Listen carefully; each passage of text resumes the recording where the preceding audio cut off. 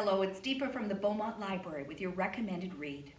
Today I'll be reading an excerpt from The DaVinci Code by Dan Brown with permission by Doubleday. Louvre Museum, Paris, 10:46 p.m. Renowned curator Jacques Saunière staggered through the vaulted archway of the museum's grand gallery. He lunged for the nearest painting he could see, a Caravaggio. Grabbing the gilded frame, the 76-year-old man heaved the masterpiece toward himself until it tore from the wall and Saunière collapsed backward in a heap beneath the canvas.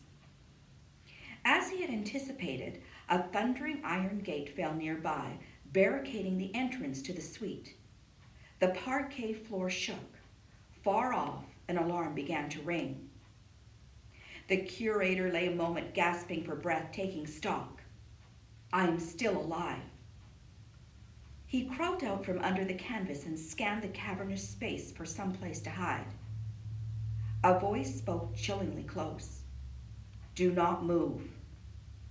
On his hands and knees, the curator froze, turning his head slowly. Only 15 feet away, outside the sealed gate, the mountainous silhouette of his attackers stared through the iron bars. He was broad and tall, with ghost-pale skin and thinning white hair. His irises were pink with dark red pupils. The albino drew a pistol from his coat and aimed the barrel through the bars directly at the curator. You should not have run. His accent was not easy to place. Now tell me where it is. I told you already, the curator stammered, kneeling defenseless on the floor of the gallery. I have no idea what you're talking about. You're lying. The man stared at him, perfectly immobile, except for the glint in his ghostly eyes. You and your brethren possess something that is not yours. The curator felt a surge of adrenaline. How could he possibly know this? Tonight, the rightful guardians will be restored. Tell me where it is hidden and you will live. The man leveled his gun at the curator's head. Is it a secret you will die for? Saunière could not breathe. The man tilted his head, peering down the barrel of his gun. Saunière held up his hands in defense. Wait, he said slowly. I will tell you what you need to know. The curator spoke his next words carefully.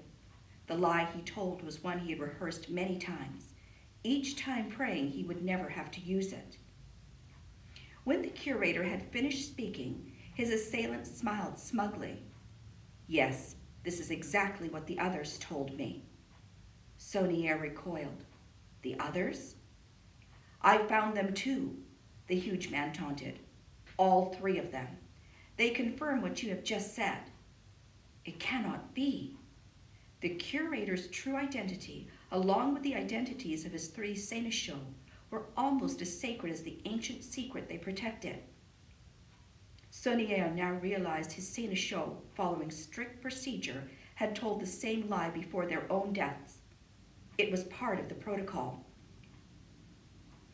The attacker aimed his gun again. When you are gone, I will be the only one who knows the truth. The truth.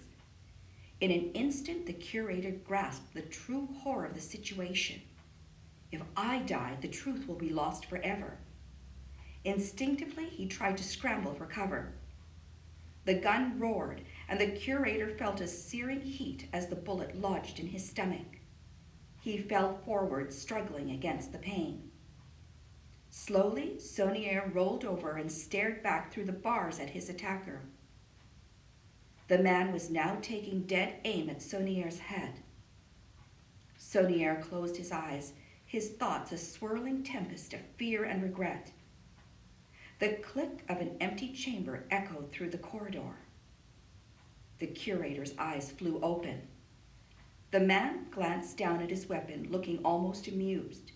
He reached for a second clip, but then seemed to reconsider, smirking calmly at Saunière's gut. My work here is done. The curator looked down and saw the bullet hole in his white linen shirt. It was framed by a small circle of blood a few inches below his breastbone. My stomach. Almost cruelly, the bullet had missed his heart. As a veteran of La Guerre d'Algérie, the curator had witnessed this horribly drawn-out death before. For 15 minutes he would survive as his stomach acid seeped into his chest cavity, slowly poisoning him from within. "Pain is good, monsieur," the man said. Then he was gone. Alone now, Jacques Saunière turned his gaze again to the iron gate. He was trapped, and the doors could not be reopened for at least 20 minutes. By the time anyone got to him, he would be dead. Even so, the fear that now gripped him was a fear far greater than that of his own death. I must pass on the secret. Staggering to his feet, he pictured his 3 murdered brethren. He thought of the generations who had come before them, of the mission with which they had all been entrusted. An unbroken chain of knowledge. Suddenly now, despite all the precautions, despite all the fail-safes, Jacques Saunière was the only remaining link, the sole guardian of one of the most powerful secrets ever kept. Shivering, he pulled himself to his feet. I must find some way. He was trapped inside the Grand Gallery, and there existed only one person on earth to whom he could pass the torch. Saunière gazed up at the walls of his opulent prison. A collection of the world's most famous paintings seemed to smile down on him like old friends. Wincing in pain, he summoned all of his faculties and strength. The desperate task before him, he knew, would require every remaining second of his life. And that was an excerpt from the DaVinci Code. I hope you check it out.